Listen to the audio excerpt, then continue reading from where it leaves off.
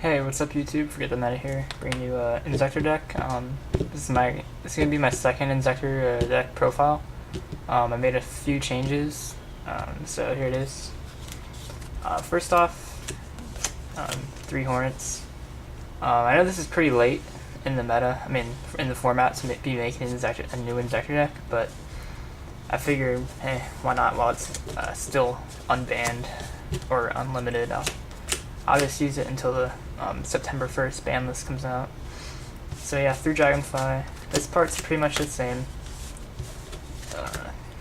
2 Ladybug, 1 Gigamantis, 3 Veilers.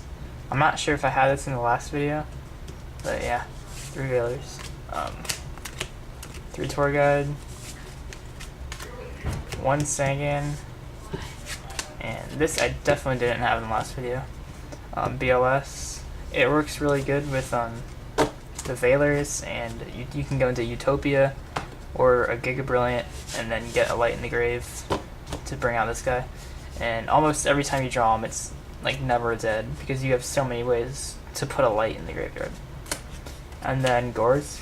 That's 21 monsters, so yeah, that's a lot of monsters. I'm running 2 Sword. Some people don't run swords, I don't know why. Well, I do know why, but I don't understand why they wouldn't want to run sword.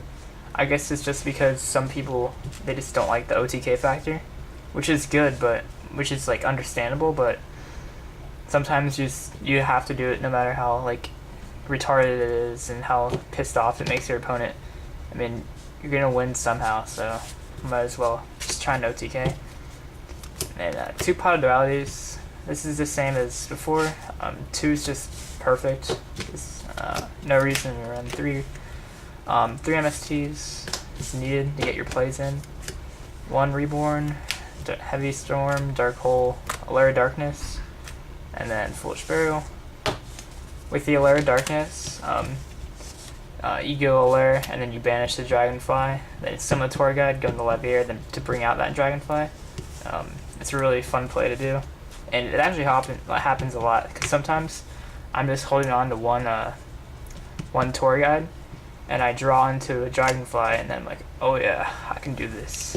And then, yeah, you pretty much get a free 1800 beat stick out on the field. 1 Solemn Judgment, 2 Solemn Warnings. My last video I didn't run Solemn Warning because I didn't have any. So now I have some. 2 Threatening Roars. It's needed. If you can keep your Inzektors alive for more than 1 turn, you're pretty much guaranteed to win. I cut down to 1 Torrential. I think last time I ran 2, but 2 is just too cloggy in my opinion, and I really only think you need 1. And then 1 Call the Haunted. So that's a 40 card main deck. Onto the extra deck, I'm running 1 Blade Armor, not Blade Armor Ninja, Crimson Shadow Armor Ninja. It's really good in the mirror match. I recommend it, bringing it out as many times as possible. This guy's okay in the mirror match too, but I feel like the ninja dude's way more useful because you can save it till your opponent's turn, and you don't have to detach at the end phase. Like, if you bring this out first turn, you're pretty much only gonna have it for 1 turn, and this is like a guaranteed 2 turns. I run 2 Leviathan Dragons. The way that I do the OTK, I don't use Giga Brilliant, I use Leviathan Dragons, and I need to get it off. 1 Levier, like I said, for the Alera Darkness plays. This comes in really handy. And then 1 Acid Golem. Sometimes I bring him out when my OTK gets a little disrupted by maybe a Veiler or something. This is like the last resort. Then 2 Utopias. I pretty much only have him in here because he's a light, and if I'm holding on to a BLS, I can just go into this and get it when it dies. Or bring out BLS when this dies. And that's all the X-Seed monsters. I'm running 1 Chimera Tech Fortress Dragon, for the, machines and stuff, and then Armory Arm, and Black Rose. And alright, I'm gonna do a short little thing on Armory Arm, just in case you don't know the BLS OTK thingy. So basically, all the cards you need is just like, then where'd BLS go? There. Alright, so let's say you have this engrave, this set, put that engrave right there, this in hand, and this in hand. So what you do is you summon Veiler, and then you go call the Haunted to bring out Sangan, then you sink for Armory Arm, and then you get Sangan's effect, so you can search out for like a Dragonfly or whatever. And then you remove the BLS, you remove the Light in the Dark.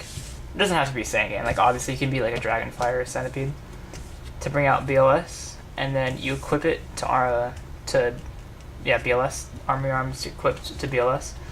And if you don't know what Armory Arm does, it gives the equipped monster 1,000 attack, so that means BLS is at 4,000, and whenever the equipped monster destroys a monster by battle, your opponent takes damage to the life points equal to the amount of the attack points of the monster that was destroyed.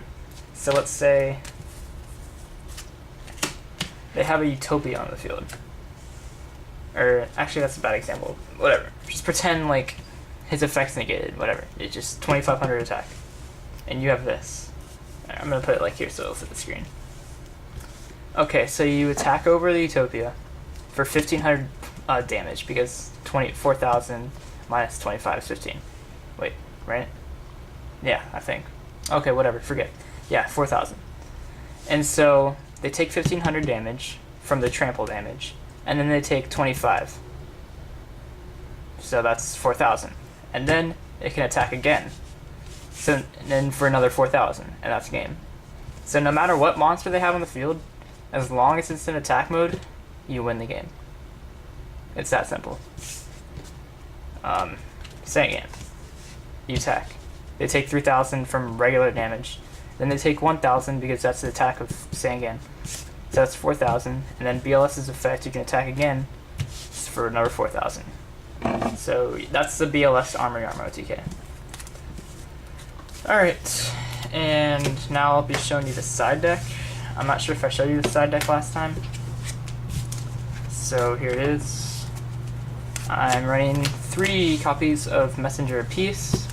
If you don't know what this card does, basically it's a continuous spell, and monsters with 1,500 or more cannot declare an attack, but you have to pay 100 life points for each of your standby phases. So basically, if you have this card on the field and you want OTK, you just pop this last, so you can just attack with all your Leviathans and stuff. It's really good against dragons and just a bunch of rogue decks that even yeah, it's good against rabbit, I guess. Yeah, I guess. And then 2 dimensional fissures for Dark World,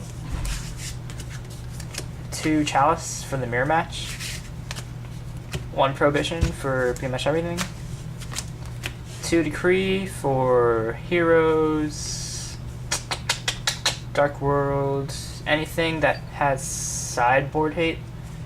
Maybe not so much Dark Worlds, but things that aren't dark. So if they side in like Shadow Imprisoning or Macro, then side this in. Dust Tornado, 3DD Crow. It's for pretty much everything. I mean, except for maybe Rabbit, but Wind-Ups, Dark World, Inzektors, everything. Except for Heroes. I wouldn't side it in, main it in Heroes. Or side it in Heroes. And then 1 Cyber Dragon for the machines. For the Chimera tech. Alright, so that's the deck. Sorry it took so long.